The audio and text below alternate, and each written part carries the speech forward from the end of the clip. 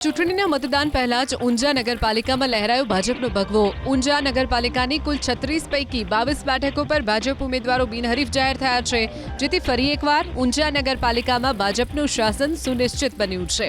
ઉમેદવારી પત્ર પરત ખેંચવાના અંતિમ દિવસે કોંગ્રેસના ઉમેદવારોએ ફોર્મ પરત ખેંચતા ભાજપના 22 ઉમેદવારો બિનહરીફ જાહેર થયા છે।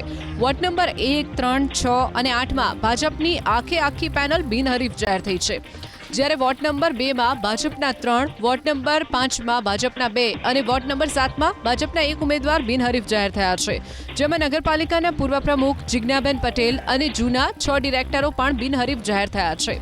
સ્થાનિક ભાજપના ધારાસભ્ય અને આગેવાનોએ બિનહરીફ ઉમેદવારોને અભિનંદન પાઠવ્યા।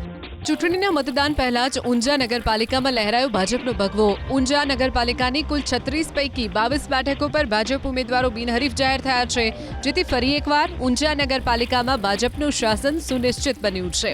ઉમેદવારી પત્ર પરત ખેંચવાના અંતિમ દિવસે કોંગ્રેસના ઉમેદવારોએ ફોર્મ પરત ખેંચતા ભાજપના 22 ઉમેદવારો બિનહરીફ જાહેર થયા છે। વોર્ડ નંબર 1, 3, 6 અને 8માં ભાજપની આખી પેનલ બિનહરીફ જાહેર થઈ છે, જ્યારે વોર્ડ નંબર 2માં ભાજપના 3, વોર્ડ નંબર 5માં ભાજપના 2 અને વોર્ડ નંબર 7માં ભાજપના 1 ઉમેદવાર બિનહરીફ જાહેર થયા છે, જેમાં નગરપાલિકાના પૂર્વ પ્રમુખ જિજ્ઞાબેન પટેલ અને જૂના 6 ડિરેક્ટરો પણ બિનહરીફ જાહેર થયા છે।